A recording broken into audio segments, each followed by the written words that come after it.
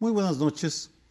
Las aguas, las pasiones, las emociones andan muy agitadas en México y quisiera sugerirles que hagamos una comparación entre masacres, porque en los últimos días ha habido una gran atención a lo que sucedió en Minatitlán y por supuesto que es terrible que hayan ejecutado a sangre fría a 13 personas, entre ellas un bebé de 1 año, y es terrible.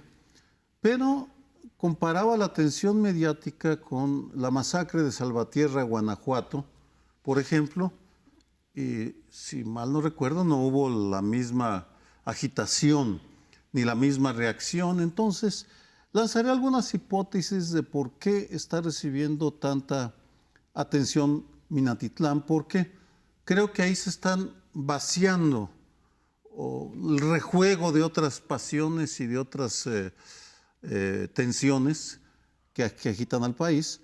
El primero tiene que ver que en Guanajuato gobierna el PAN y en Veracruz Morena, y por tanto, y no solo eso, sino que en Veracruz se da el espectáculo, pues inédito que yo recuerde, que el gobernador y su fiscal no se hablan.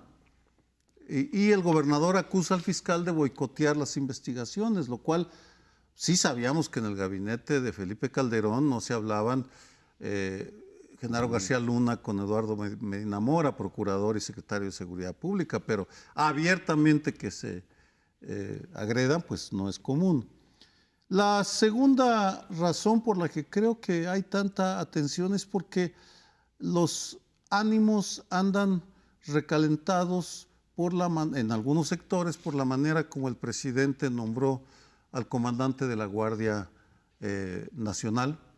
Yo he opinado a favor de Luis Rodríguez Bucio, creo que el general tiene la capacidad, pero eso no importa. El hecho es que no nombró un civil, sino un militar, y eso fue visto por algunos sectores como una afrenta a una especie de pacto implícito entre las fuerzas políticas y éticas que atienden el problema.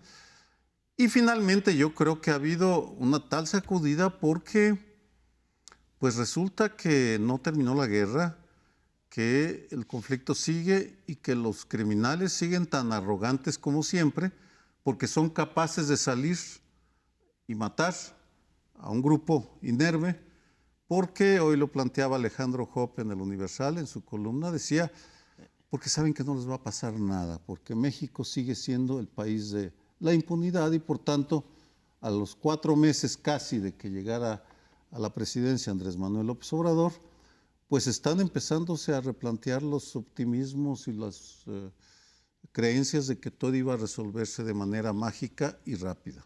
Sí, no todas las matanzas tienen el mismo tratamiento, es verdad, pero hay algunas que tienen algo particular o rompen en un momento determinado una estructura. Yo creo que en el caso de Veracruz, la secuencia de asesinatos, estamos hablando de 720 y tantos desde que llegó Cuitláhuac a gobernar. O sea, para los veracruzanos en promedio, es que este país es muy local todavía en su cobertura informativa y en la forma en que reconstruye también el discurso político. En Veracruz el tema de los asesinatos y los feminicidios, no me acuerdo que son 80 y tantos feminicidios, es tema de todos los días. Vamos, hasta la hija de una diputada federal llegaron a ultimar en un gimnasio hace no poco tiempo. O sea, en Veracruz es un tema verdaderamente muy importante. El gran cambio de poder que hubo, o sea, del, digamos, breve periodo de Yunes, que había prometido poner orden, a lo que hoy tenemos, pues sí había una esperanza enorme de que un Minatitlán gobernado por Morena, un gobierno también de Morena en lo local, iban a permitir pues un trabajo mucho más directo en el combate a la delincuencia. Por tanto, en clave veracruzana, el asunto, por supuesto, desbordó las aguas. Dos, el que muere un bebé siempre impacta en todas partes, ¿no? Eso le da un componente. Vamos, hasta Donald Trump lo conmovió un bebé en el momento más duro de su política. El que haya un niño muerto sí le da una coloración muy particular. Y el tercero, una combinación de reacciones. Decías tú, el pleito que tiene el gobernador con el fiscal, que ya son muchos meses con esto. Lo trataron de deponer, él se defendió, etcétera. Digo, no es un espectáculo particularmente edificante, pero otro lado, pues la reacción tanto del gobernador como del presidente de la República fueron tardías y en todo caso mucho más confrontadoras, en vez de manifestar en todo caso su digamos, desolación por una tragedia de esta magnitud, entrar a pelearte con el fiscal es la peor idea. Siento que el caso de Bucio, en este caso el nombramiento no gravita tanto. Sí hay una preocupación enorme, creo yo, en amplios sectores por las reacciones que hoy tiene el gobierno respecto a este tema. Sabemos que es absolutamente injusto endosarle la responsabilidad completa al gobierno del deterioro que hay en todos los ámbitos. Pero hay una cosa que es clara, hoy gobiernan ellos, tanto en Minatitlán como en Veracruz, como a nivel nacional, y esto de echarle la culpa a todo el mundo hacia atrás, cuando fue algo que aconteció este fin de semana, pues también generó una amplia controversia. Yo vería esas tres líneas, Sergio. Yo, Sergio, creo que, de ninguna manera pienso que estés minimizando el asunto de Minatitlán. Te preguntas legítimamente por qué esto, y no me parece mala hipótesis también que es de Morena, a pesar de que, es el hecho que gobierna Morena, a pesar de que en términos generales yo veo unos medios, tanto impresos como radiofónicos y televisivos, que no están particularmente en contra de Andrés Manuel López Obrador ni de Morena, ¿no? Entonces, ahí es donde se me descompone un poco la hipótesis. Ahora, Minatitlán en particular, hoy leía las estadísticas, pues desde que llegó el nuevo alcalde, 113% han subido los asesinatos, ¿no? Que es una barbaridad. Esa nada más tomando ese enclave, digamos, de Veracruz. Aunque Veracruz es uno de los estados que tiene mayor violencia. La preocupación es esa. Guanajuato es el que más tiene, por Guanajuato, sí. Creo que pone el dedo en la llaga cuando dice, hoy mismo en la mañanera, dice Andrés Manuel López Obrador, es que me entregaron un país hecho pedazos, en ruinas, un cochinero, dijo hoy en particular, y es cierto, o sea, creo que nadie en su sano juicio puede decir que no le entregaron con unos niveles de violencia, pero hasta dónde le va a dar el discurso de que esto es por las políticas neoliberales del antiguo régimen. Y creo que ya se desgasta tanto el discurso de la corrupción y del neoliberalismo con respecto a la violencia, y que por otro lado sus tres vías, que son las tres que se tienen que tomar, hoy lo repitió en la mañana, no sé si lo escucharon, el primero, atender las causas sociales, pues sí, palomita, sí. El segundo, desplegar a las Fuerzas Armadas o a la Guardia Nacional, o como la quieran llevar, en todo el territorio nacional. Vamos a ver cuánto se puede.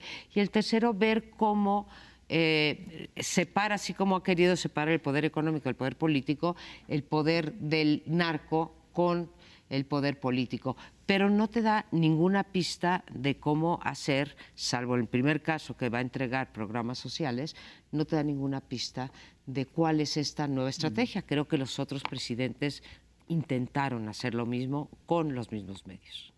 Sí, yo también estoy de acuerdo en que es muy pronto para poderlo responsabilizar completamente de lo que está ocurriendo en términos de violencia, porque es cierto, si traes una tendencia de 12 años con muchísima violencia, pues no por arte de magia se va a resolver una vez que cambie el gobierno. Y de inmediato, aquí el problema es, de nuevo, el del doble rasero que se utiliza para evaluar unos casos y otros. ¿Por qué? Porque fue López Obrador el que insistió, y mucha gente de sus seguidores y sus votantes le creyeron, de que esto iba a ser muy rápido. Él incluso le preguntaban específicamente, oiga, pero el problema es muy grande, el problema que va a heredar pues no va a ser de fácil solución, y decía, desde el momento en que yo llegue empieza a disminuir la violencia. O sea, él se puso los parámetros muy altos y ahora dice, no, yo lo heredé y heredé el cochinero. Bueno, pero usted fue el que puso los parámetros muy altos, que es el que muchos utilizan para decir, oiga, pues no, ¿verdad? No iba a ser tan mágico el asunto. Y también, en todo caso, lo de los dobles raseros es, él mismo utilizó ese criterio de juzgar al poquito tiempo y ya echarle, digamos, la responsabilidad a los gobernantes en su momento, es decir, a los 3 meses o algo así que la violencia no disminuía con Peña Nieto, fue López Obrador también que salió a decir, esto ya es de usted, esto ya no es de Calderón, esto ya, y su estrategia está fallando. A los 3 meses ya estaba determinando que la estrategia de Peña iba a fracasar, sí fracasó. Pero muchos ahorita podrían estar diciendo lo mismo, están diciendo, oiga, ya fracasó su estrategia. Yo no creo que se pueda determinar todavía el fracaso o éxito de esta estrategia a los 4 meses, pero fue el criterio que él utilizó, y también en Veracruz con Yunes. También al mes y medio de que llegó Yunes también aplicó lo mismo, es decir, vean, ¿no? Está la violencia ahí a flor de piel. apenas llegó Yunes. Entonces ese es el criterio que él ha aplicado. Y ahora, desde luego, él dice, no, pues espérense, no, las cosas no son mágicas. Y otro punto también que en la mañana mencionó en cuestión con el fiscal de Veracruz, que dijo, es que es un fiscal a modo, ¿cierto?, que puso Yunes. Es que los gobernadores han puesto fiscales a modo y eso no se puede, no se vale. Pero ¿qué es lo que ha hecho él en los cargos de sus fiscales? Ha puesto gente muy cercana, en la mayoría de los casos muy leales, algunos incluso militantes de Morena. Entonces, de nueva cuenta es el doble rasero, decir, lo que hagan los demás está mal, pero si hago lo mismo yo está bien, porque yo platónicamente soy honesto y soy virtuoso, y los demás son perversos. Entonces, lo que en ellos no se vale, en mí sí. Ese discurso lo vamos a seguir oyendo en muchísimos temas. Un par de añadidos, apuntes adicionales. Primero, en lo que estaba pensando Leonardo sobre la pasión que se observa en las redes es la tesis que empezó a circular en los sectores afines a Andrés Manuel de que la masacre había sido causada por los enemigos del régimen, es decir, que era una forma de boicotearlo y de golpearlo, lo cual lleva a una discusión muy compleja que solo enuncio. Primero, ¿cuál sería el tiempo razonable para medir la eficacia de una política? Porque Durazo llegó a hablar de que al año tenemos que empezar a dar resultados, y luego se han mencionado 6 meses, ya vamos en el 4.º mes, y lo que sucedió en Minatitlán y lo que sucedió en Guanajuato hace unos fin de semana, una amenaza directa del Marro En contra, y en la mañana. En contra directa del presidente de la República, diciendo, si me sigues tumbando gente, te voy a poner una bomba en tu casa de Tlalpan. Es decir, no estamos solamente ante una masacre, sino ante tal vez indicios de algo más inquietante, o la sensación que está quedando de que no están teniendo control de los hilos de la política de seguridad en contra del crimen organizado, lo que contrasta con la imagen que dejó el combate al huachicol, que fue exitoso en un mes y medio, ya había resultados.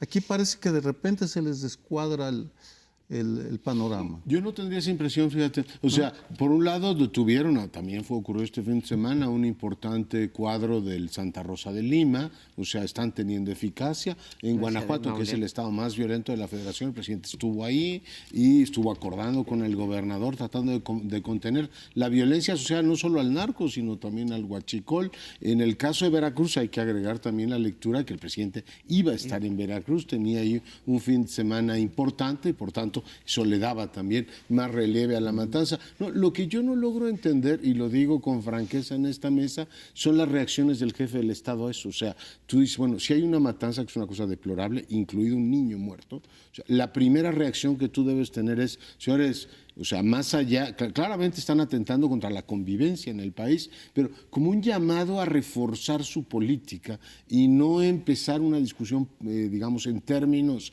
ideológicos e históricos de si los conservadores o no. Eso es lo último que a mí se me ocurriría. Además, sigo sin entender por qué un presidente que tiene tal nivel de popularidad no disfruta este bono democrático diciendo, voy a transformar este país. Y ocurre una tragedia como esta y su primera reacción es que los conservadores y los neoliberales. Me temo que la violencia en Venezuela no se explica por gobiernos neoliberales y en muchas partes de Latinoamérica tampoco. Por tanto, habría que ampliar el ángulo de lectura sobre el tema de la violencia, pero me quedo ahí. Yo creo que el presidente requiere ahora mismo un apoyo muy amplio para desplegar su política y esperar todos que tenga eficacia y no estarse peleando ideológicamente en el Twitter, que creo que no lleva absolutamente a nada. Pues sí, pero parte de eso es pasar a explicarnos, insisto, la Guardia Nacional y los programas sociales están más o menos, ¿no? Pero pasar a explicarnos cómo va a romper este vínculo que existe hoy en día entre los cárteles y las autoridades. Eso. La unidad de inteligencia financiera, es lo que estamos esperando todavía que nos sigan. ¿A qué horas va a empezar a actuar todo eso, no? Pues no nos sí, han dicho. Creo que es lo que estamos esperando muchas cosas. Regresamos en unos segundos. Bueno, regresamos y este bloque se lo dedicamos a un muy controvertido memorándum que mandó el presidente López Obrador. Unos días antes de escribir este memorándum y difundirlo por las redes, amenazó en una mañanera que si no se ponían de acuerdo los legisladores y los maestros que han impedido que se sesione por más de 5 ocasiones en San Lázaro, entonces que o se apuraban a ponerse de acuerdo o bien iba a derogar la reforma educativa.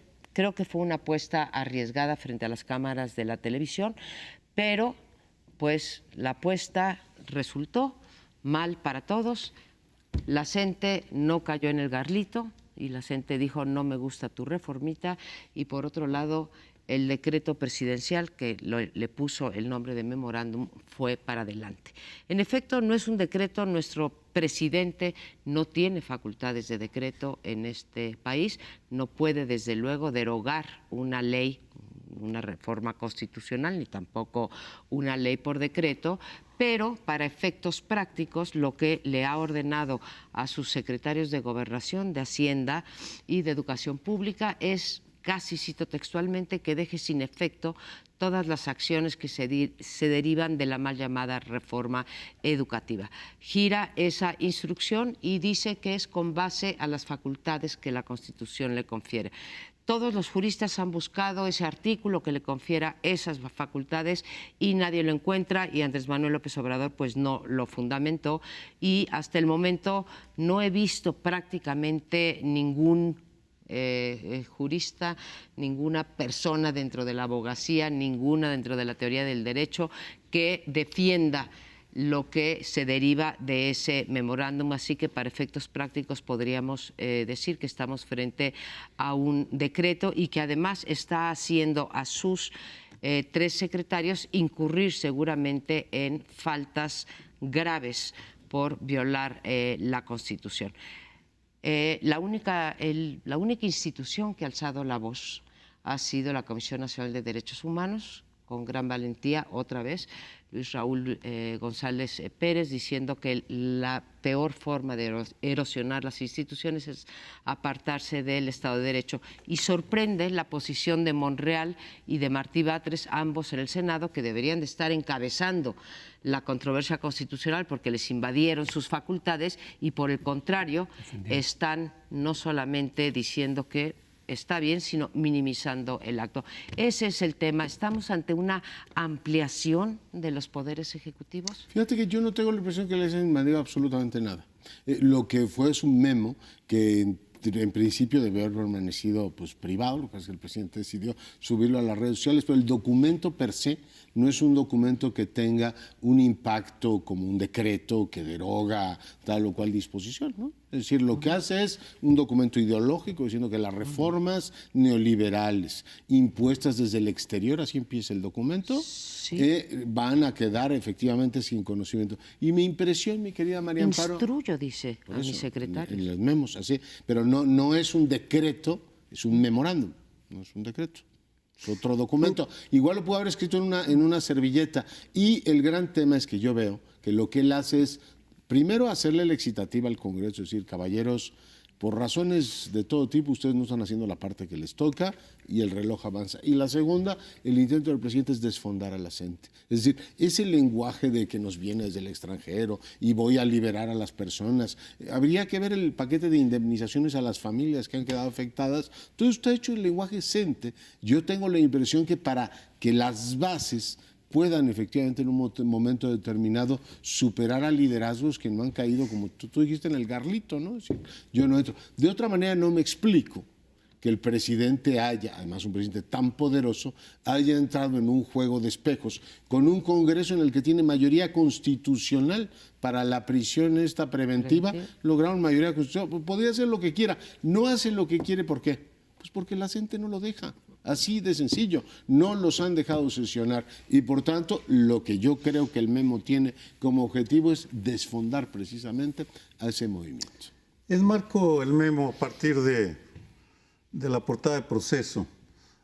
Proceso es una revista que no tiene una opinión editorial regularmente, es de manera muy ocasional Y el día de ayer la portada es inquietante, es una foto de Andrés Manuel López Obrador, pero sin la cara, es solo el tórax y parte de las piernas con la banda presidencial y dice la tentación autoritaria.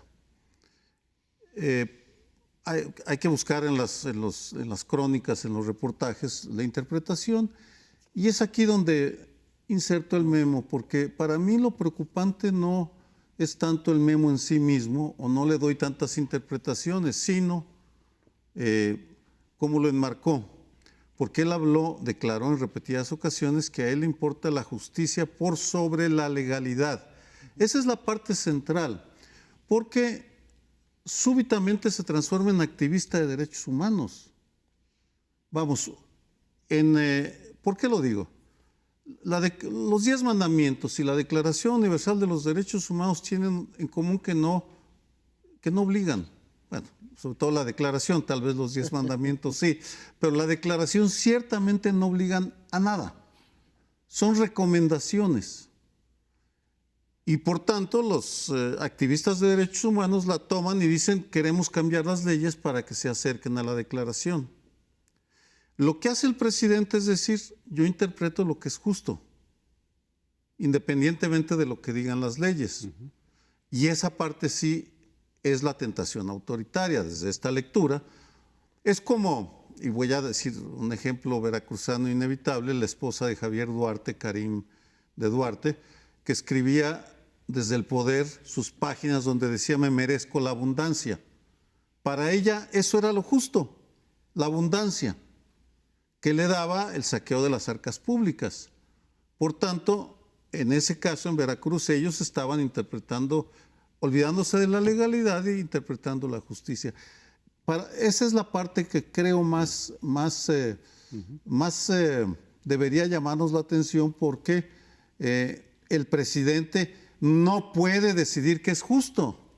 Puede decir, yo creo que esto debería ser así, pero que mande una iniciativa al Congreso, que el Congreso cambie las leyes y entonces sí nos entendemos. Yo coincido contigo que esa es la parte peligrosa, pero claro, se expresa al decir, al ordenar e instruir, en todo caso, a 3 secretarios, dejar de aplicar una reforma que es vigente y los pone en un entredicho porque de alguna manera o no cumplen con su jefe, que es el presidente, o van a estar violando con la Constitución, y dicen varios juristas, si incurren en ello, pues sí, porque está vigente la ley, la reforma constitucional, si incurren en ello, pues entonces serán incluso sujetos de juicio político y demás. Pero el hecho de poner efectivamente la justicia por encima de la ley es lo que sí contraviene de alguna manera el espíritu del Estado de Derecho y de la democracia como tal, porque precisamente a lo largo de la historia hemos supuestamente aprendido la humanidad que cuando se hacen las cosas por fuera o por encima de la ley, entonces se puede prestar a muchas arbitrariedades de muchos tipos, porque ¿quién interpreta la justicia? Lo mismo, la misma reforma educativa, la gente lo considera injusto para sus intereses, si por una buena parte de la sociedad la considera justa. Entonces, ¿quién determina qué es lo justo o qué no es lo justo? Eso puede implicar un desprecio, desde luego, por la legalidad, que no sería totalmente nuevo en el caso de López Obrador. Muchos se están llamando a sorpresa, yo no. Toma de pozos petroleros por encima de la ley. No la quema, hay que aclarar, porque muchos dicen quemó pozos petroleros, no, pero sí los tomó. Convocó o animó a los tabasqueños, a muchos tabasqueños, a no pagar las rentas de luz por encima de la legalidad, porque los consideraba justos. Compitió y ganó, por cierto, para la jefatura de gobierno sin cumplir los requisitos legales para ello. El Instituto Electoral del Distrito Federal dijo que sí pasaba, pero en realidad no se cumplían esos requisitos. Cuando hubo un linchamiento aquí, siendo el jefe de gobierno, dijo, de alguna forma avalando el linchamiento, pues, diciendo es que se están metiendo con las costumbres del pueblo, con sus valores. Sí, pero están violando la ley. Te puede llevar justamente a que si la justicia por encima de la legalidad es precisamente llevar, por ejemplo, a los juicios por propia mano, porque si la ley no es una ley injusta, para eso están los procedimientos legales también. ¿Hay leyes injustas? Sí, sí las hay, las ha habido históricamente. Las tienes que cambiar de acuerdo con procedimientos legales, con acuerdos, precisamente porque si te pasas por arriba del Estado de Derecho, puedes más fácilmente incurrir en arbitrariedades, injusticias, que te llevan, además, muy fácilmente a una autocracia. Yo creo que ya hay una larga lista, incluso sin irte tan lejos como te vas tú a la toma de los pozos petroleros, ya en la llamada cuarta transformación, de brincarse la ley o hacer a un lado la ley o buscarle el hoyo que no, o cambiar la ley a modo, desde la ley Taibo o la ley SAT, que se cambia a modo para que sus funcionarios pudieran ocupar los puestos, más allá del contenido de la ley, pasando por vetar a las farmacéuticas, o una vez más, yo no sé si las farmacéuticas sean pillas o no sean pillas, pero el presidente no tiene la facultad de vetar que una empresa X, en este caso una farmacéutica, entre a una licitación, y así me podría ir con varias, ¿no? Las propias consultas, pues son alegales, no son ilegales, pero están al margen de la legalidad. Y me podría seguir. Ahora, aparte de la justicia y la legalidad, que como dice Crespo no siempre coinciden, todavía Monreal mete y es muy molesto estar discutiendo teoría constitucional en las redes con 128 caracteres, ¿cuántos son? Sí, bueno, 128 caracteres, que se esté discutiendo entre senadores la teoría constitucional. Dice Monreal, la reforma educativa puede ser legal, pero no es legítima, porque aunque fue aprobada, porque aunque fue aprobada por la mayoría del Congreso, no fue aprobada por maestros, padres de familia y estudiantes. Yo sí les digo, si ese es el rasero con el que vamos a medir, ninguna de las leyes, ninguna de las instrucciones, ninguna de las nada del presidente y de los legisladores es legítimo. No, bueno, a ver, nos ponemos, el árbol de Navidad tiene que tener esferas de Theodore Roosevelt, si no, no es árbol de Navidad. No, yo creo que es un disparate. Igual que lo que dijo el presidente. ¿Cuál es lo que es un disparate? Que eso de pretender que no es legítima, que porque no tuvo esa aprobación. Pero ahí está. No, o sea, estoy totalmente de acuerdo contigo. Pues es un disparate plantearlo así. Yo diría al senador Monreal y al diputado Mario Delgado. Legislen. O sea, si no legislan es porque no pueden. O sea, el presidente tuvo que emitir ese memo en las condiciones en que lo emitió, porque su Congreso, con su mayoría, no puede legislar. O sea, ¿qué parte de eso no estamos entendiendo? O sea, aquí yo no entiendo, el tubo no lo acepto. Leonardo, ¿tuvo qué?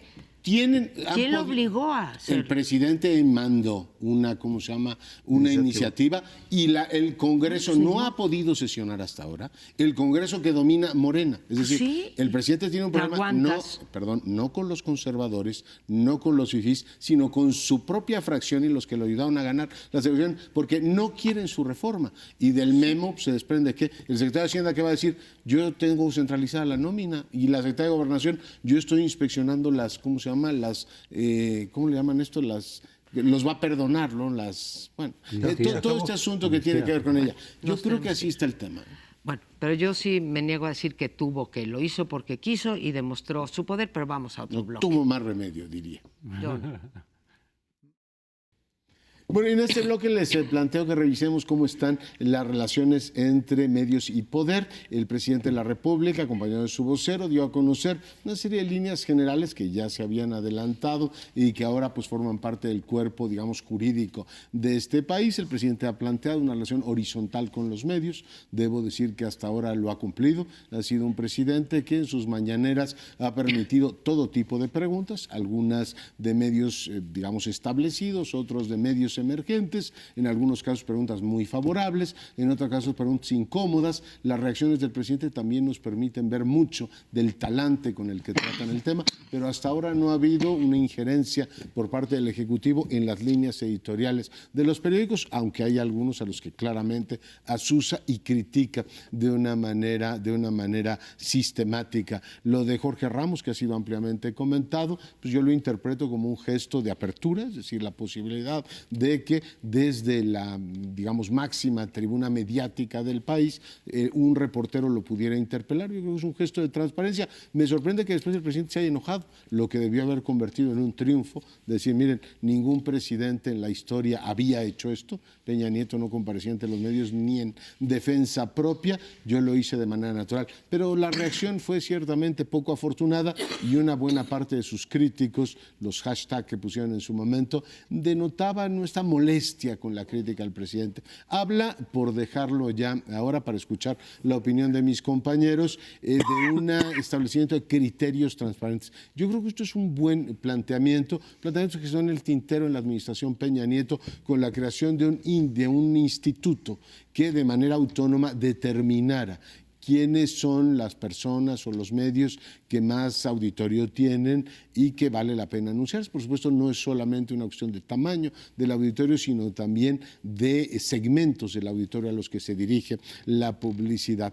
En principio se dice que habrá una medición de la circulación de los periódicos y de los medios electrónicos, de tal manera que los niveles de audiencia sean aquellos que fijen hasta dónde llegan o cómo se distribuye la publicidad oficial. Queda pues un amplio nivel de, en este caso, pues posibilidades de que el Ejecutivo disponga de una manera selectiva qué hace o a qué medios apoya más y apoya menos. Pero en cualquier caso, ya abrió carta.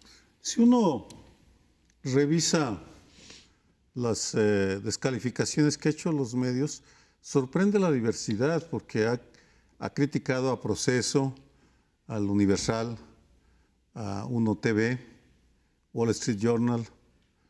Es decir, no ha sido consistente en las críticas a los medios que han criticado algunas de sus políticas, pero sí, es indudable que el favorito de o el destinatario de sus críticas principales es el periódico Reforma de la Ciudad de México, al que adscribo, aclaro.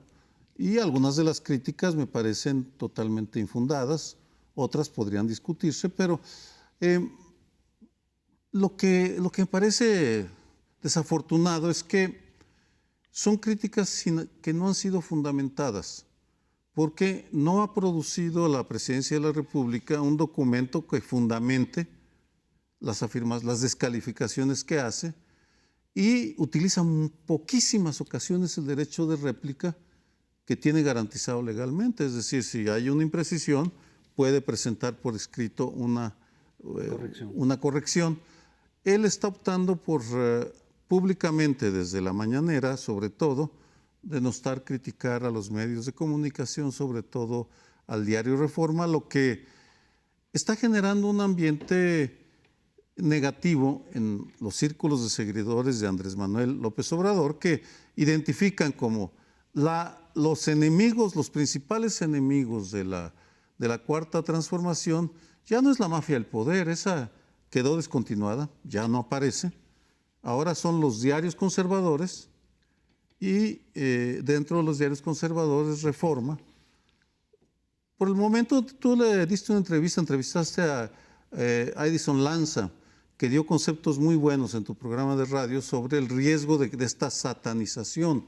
Dijo, eso es muy peligroso para la democracia y para los medios de comunicación, porque si la situación no mejora y se deteriora, pues los responsables de los posibles fracasos en algunas políticas de la Cuarta Transformación no van a ser los implementadores, sino van a ser los medios conservadores que son cómplices de boicots o conjuras que jamás tampoco son identificadas.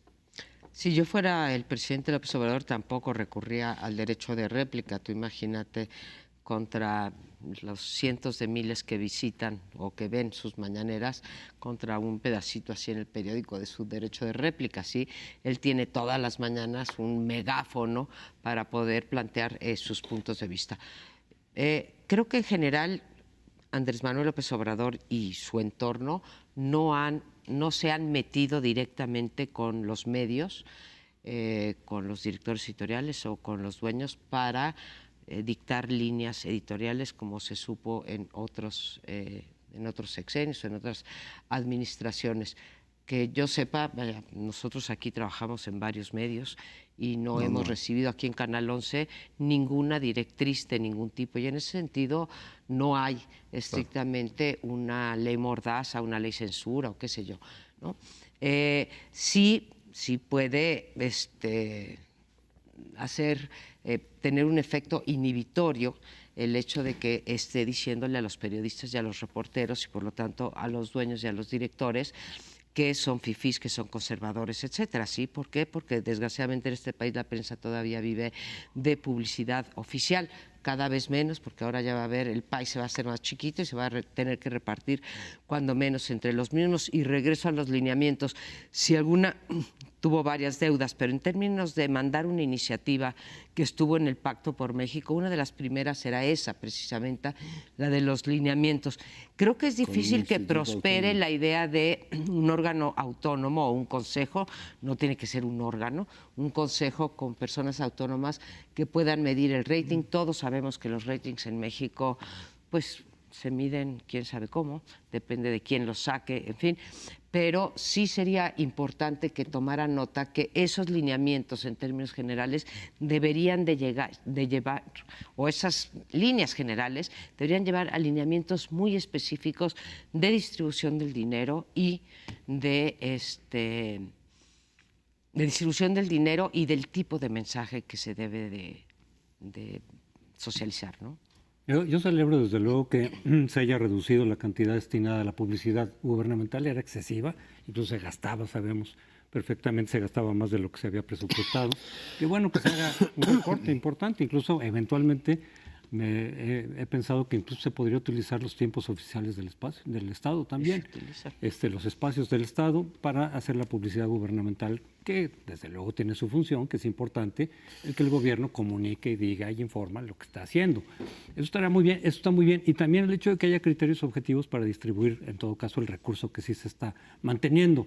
Eso yo lo celebro. Ojalá si surgiera esta comisión. Yo también esa idea me parecía muy buena desde Peña Nieto, nunca se concretó, ojalá que se retome, porque le puede dar más garantías, digamos, de imparcialidad a la hora de distribuir esos recursos.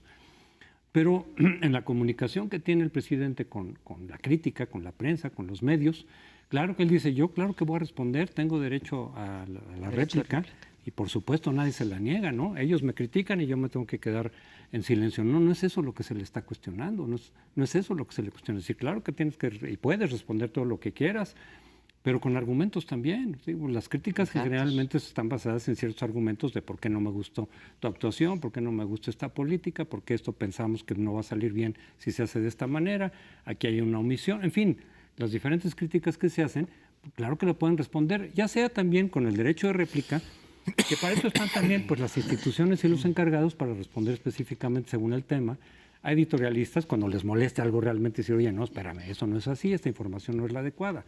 Se puede hacer, o incluso si se quiere desde las mañaneras o de cualquier entrevista del propio presidente, pero sobre todo con argumentos, porque la mayor parte de las descalificaciones o las respuestas, perdón, más bien de las respuestas son con descalificaciones de orden moral o político. Como es conservador, ya nada de lo que dice. Ese es el silogismo, que es de un simplismo impresionante. Como es conservador, o sea, de una ideología desprestigiada, deslegitimada, contraria a mi proyecto transformador, cualquier cosa que diga ya no tiene validez. Pues es un argumento ad hominem, no es un argumento sobre lo que te están diciendo específicamente. O peor aún, no solamente que llame fifí y demás, recordemos, porque lo ha dicho en más de una ocasión, que las críticas hechas por parte de la prensa al gobierno las compara con la prensa del tiempo de Huerta, de Madero, es decir, que propició y que él dice incluso avaló, propició, justificó el golpe de Estado. Es decir, de esa manera no puedes tú dialogar. Cuando te responden muchos de los defensores, ideólogos, corifeos de López Obrador, decir, mira, si estás cuestionando este medio, esta política, es porque quieres que le vaya mal al país.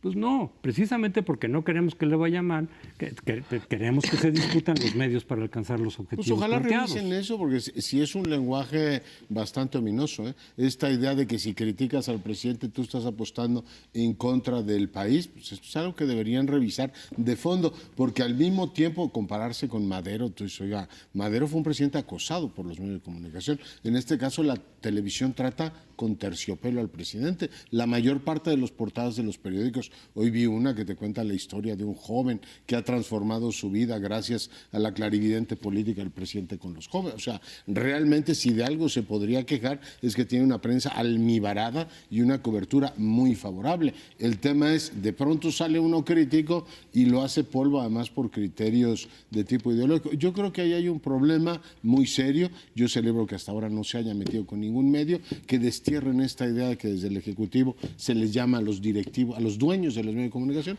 que es lo que hizo Peña Nieto todo el tiempo, tratar de forzar las líneas editoriales. Lo que creo es que no es poco dinero, ojo. O sea, lo que ocurrió es que Peña se extralimitó, pero en este caso es una cantidad de dinero importante y el presidente sabe, y lo sabe perfectamente, que gobernar con los medios a favor, tener la opinión circulando favorablemente con los medios es algo muy importante y es algo que él ha logrado construir en estos tiempos. Por tanto, no creo que prescinda de ello y se convierta en un presidente hostil a lo que hoy son los medios de comunicación tradicionales y las benditas redes sociales. Pero tenemos que hacer una pausa. Volvemos. Hace algunas semanas platicamos aquí sobre el retorno del Bester Gordillo, cuando llegó a señalar que va a buscar la dirigencia nuevamente del Sindicato Nacional de Trabajadores de la Educación. Hablamos de ese aspecto político. Ahora se ha anunciado que un juez pues le emitió, digamos, el dictamen de regresarle los bienes que se le habían incautado. Bueno, pues tendría derecho en principio cualquiera que injustamente se le están incautando algunos medios bajo alguna acusación que a final de cuentas tampoco se concretó, se fructificó, pero aquí la cosa es, todo el mundo sabe de la enorme corrupción que ha tenido ese sindicato y desde luego de los bienes a los que se ha llegado con un sueldo de maestra, se supone, o algún adicional por la dirigencia en el sindicato, la enorme cantidad de bienes de los que dispone el Bester Gordillo. Y aquí sobre todo la cuestión sería, ¿de verdad le hubiera ido también al Bester Gordillo como le ha ido primero dejarla libre, ahora regresarle todos sus bienes que le fueron incautados, en los que estaban bajo sospecha, si no hubiera establecido una alianza con López Obrador? Porque en algún momento otras figuras que han sido encarceladas también, yo no digo que sin motivos, sino incluso con varios motivos de corrupción, cuando terminaban su mandato pues salían, pero ya no figuraban políticamente para nada, ¿no? Ya estaban totalmente derrotados, borrados. Eso es lo que suponíamos que iba a pasar con el Bester Gordillo, quien además se presentaba como sumamente enferma. Entonces se suponía que ya su vida política acababa, aunque eventualmente cumpliera, digamos, ya la sentencia, la condena, lo que fuera. Aquí ya con una vitalidad y una fuerza impresionante desde el punto de vista político, pero además esta cuestión que vuelve, digamos, a evocar esta impunidad que hemos tenido durante varios años. Esta es la forma de combatir, de estrenar para combatir la impunidad. Por supuesto está la división de poderes y demás, pero la pregunta que está, repito, digamos, detrás de este asunto es, si no hubiera establecido la alianza que López Obrador rechazó en el 2006 por las calidades morales, ¿no? O, digamos, el cuestionamiento moral que tenía el Bester Gordillo, y ahora pragmáticamente dijo, sí, desde el 17, lo estuvo ocultando y lo estuvo negando, pero claramente estaba la alianza desde la elección del Estado de México en 17. ¿Le estaría yendo también políticamente al Bester y legalmente? Política y legalmente de no haberse establecido esta alianza? Pues hay una comparación que quiero hacer con Veracruz, porque generalmente identificamos al crimen organizado con los sicarios, y a los sicarios con jóvenes pandilleros de barrios bajos. Ese es el estereotipo. Cuando hay autores que han estudiado el tema y dicen, no es así. La forma de organización del crimen organizado no viene solo en ese sector. Y así es. En México, pensemos, de Sinaloa salen campesinos pobres. Los Zeta vienen de soldados de élite formados en escuelas de élite de Estados Unidos, no cualquier cosa, fuerzas especiales son formados.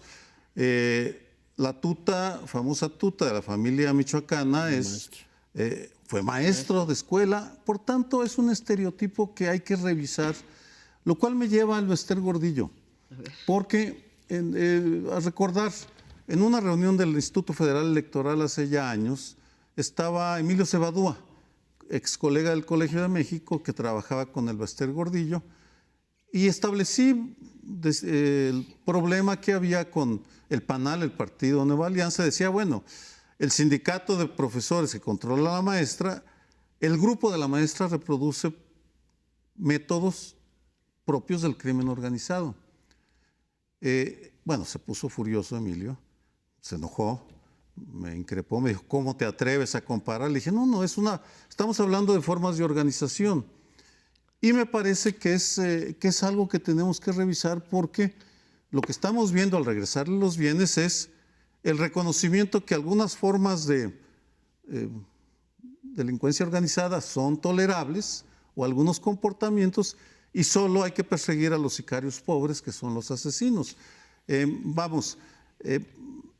que ver más con la cultura de lo que conceptualizamos como crimen organizado, pero el regreso del Bester Gordillo, que le regresaran los bienes, que lo hizo el Poder Judicial, no el presidente.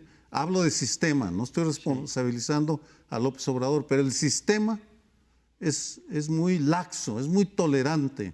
Y ver regresar a alguien que en efecto abusó de los recursos que tenía, se enriqueció con los recursos públicos, y verla ahora pues andar retosando por las praderas de la política, pues sí, es ofensivo para quienes creemos que la corrupción es un mal endémico de este país. Y la impunidad, como tú decías, algo de responsabilidad tiene el Ejecutivo, no digo que este Ejecutivo, Andrés Manuel López Obrador, pero se cerraron ya todas las carpetas de investigación. Creo que aquí nadie sabe si el Bester, podemos sospechar y especular todo lo que queramos, pero como estábamos hablando de la ley, y si la ley le exonera, pues la exoneró. Nos puede parecer injusto o nos puede parecer justo, pero le exoneró. Y cerraron las demás carpetas de investigación y, en efecto, un juez, o sea, el Poder Judicial es el que dictamina regresarle los bienes.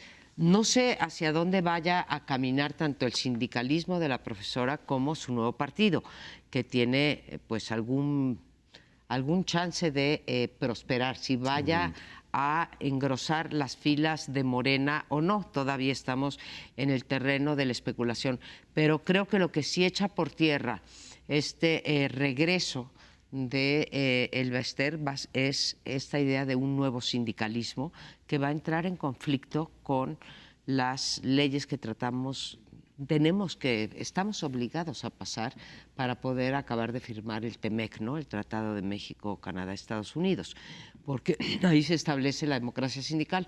Ahora, ¿por dónde pasa la democracia sindical? Ahí sí ya no sabemos, porque el líder petrolero ganó con 87% de los votos.